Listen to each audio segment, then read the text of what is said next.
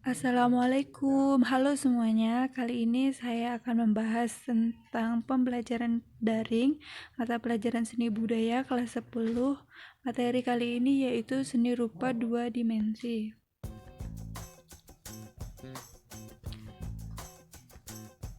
Dalam hal ini kita akan membahas pengertian dari seni rupa 2 dimensi, unsur dan objek karya seni rupa, medium, bahan dan teknik, serta proses berkarya seni rupa. Oke, yang pertama yaitu pengertian dari seni rupa 2 dimensi.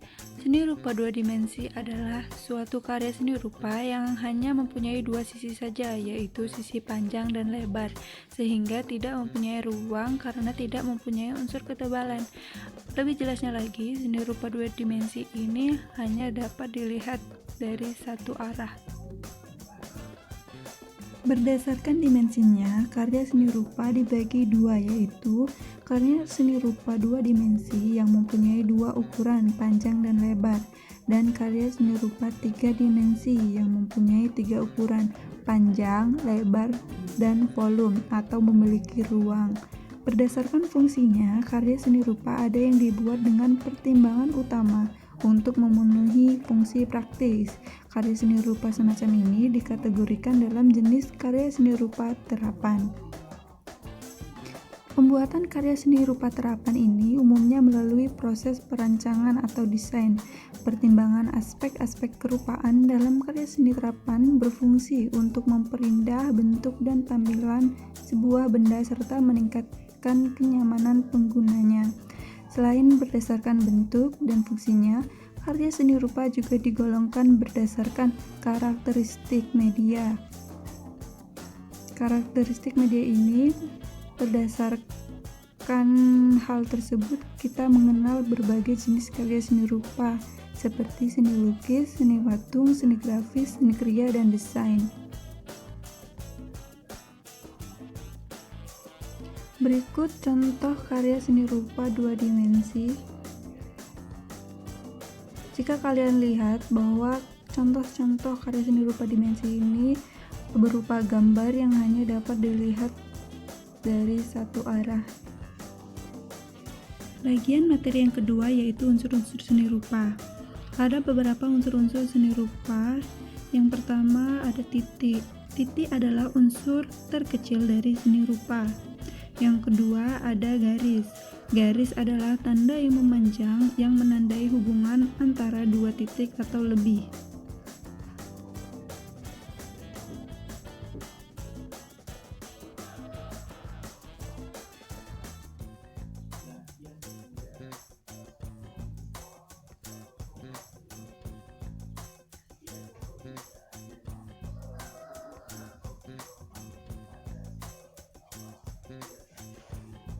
Yang ketiga ada bidang. Bidang adalah adanya pertemuan beberapa garis, contohnya seperti di gambar ini. Yang keempat bentuk. Bentuk adalah ruang yang bervolume dibatasi oleh permukaan garis dan membatasi bentuk itu sendiri.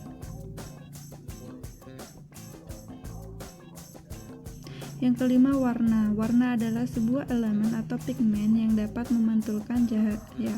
Ada beberapa jenis-jenis warna. Yang pertama warna primer, kedua warna sekunder, yang ketiga warna tersier, yang terakhir adalah warna netral. Yang keenam ada tekstur. Tekstur adalah nilai raba suatu benda. Macam-macam tekstur yaitu tekstur kasar dan tekstur halus.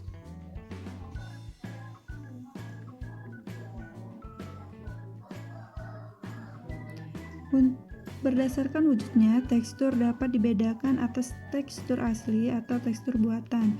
Tekstur asli adalah perbedaan ketinggian permukaan objek yang nyata dan dapat diraba. Sedangkan tekstur buatan adalah kesan permukaan objek yang timbul pada suatu bidang karena pengolahan unsur garis, warna, ruang, terang gelap, dan sebagainya. Ruang adalah bidang atau Keluasan macam-macam ruang. Yang pertama, ruang positif, yaitu ruang yang dibatasi batas tepi berupa garis. Yang kedua, ruang negatif adalah ruang yang berada dalam ruang positif. Selanjutnya ada gelap terang. Unsur gelap terang pada karya seni rupa timbul karena adanya perbedaan intensitas cahaya yang jatuh pada permukaan benda. Perbedaan ini menyebabkan munculnya tingkat nada warna yang berbeda. Bagian yang terkena cahaya akan lebih terang dan bagian yang kurang atau terkena cahaya akan tampak lebih gelap. Poin ketiga yaitu medium, bahan, dan teknik.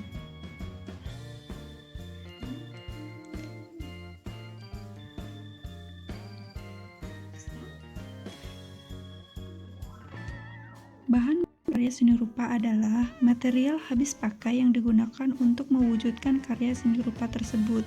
Sesuai dengan keragaman jenis karya seni rupa, bahan untuk berkarya seni rupa ini juga banyak macam dan ragamnya. Ada yang berfungsi sebagai bahan utama dan ada pula sebagai bahan penunjang. Sebagai contoh, pada umumnya perupa membuat karya lukis menggunakan kanvas dan cat sebagai bahan utamanya, serta kayu dan paku sebagai bahan penunjang. Kayu digunakan sebagai bahan bingkai untuk menempatkan kanvas dan paku untuk mengaitkan kanvas pada permukaan kayu bingkai tersebut. Bahan untuk berkarya seni rupa dapat dikategorikan menjadi bahan alami dan bahan sintetis berdasarkan sumber bahan dan proses pengolahannya. Bahan baku alami adalah material yang bahan dasar berasal dari alam. Bahan-bahan ini dapat digunakan secara langsung tanpa proses pengolahan secara kimiawi di pabrik ataupun industri terlebih dahulu. Adapun bahan baku olahan adalah bahan-bahan alam yang telah diolah melalui proses pabrikasi atau industri tertentu menjadi bahan baru yang memiliki sifat dan karakter khusus. Berdasarkan sifat materialnya, bahan berkarya seni rupa ini dapat juga dikategorikan ke dalam bahan keras dan bahan lunak, bahan cair dan bahan padat, dan sebagainya.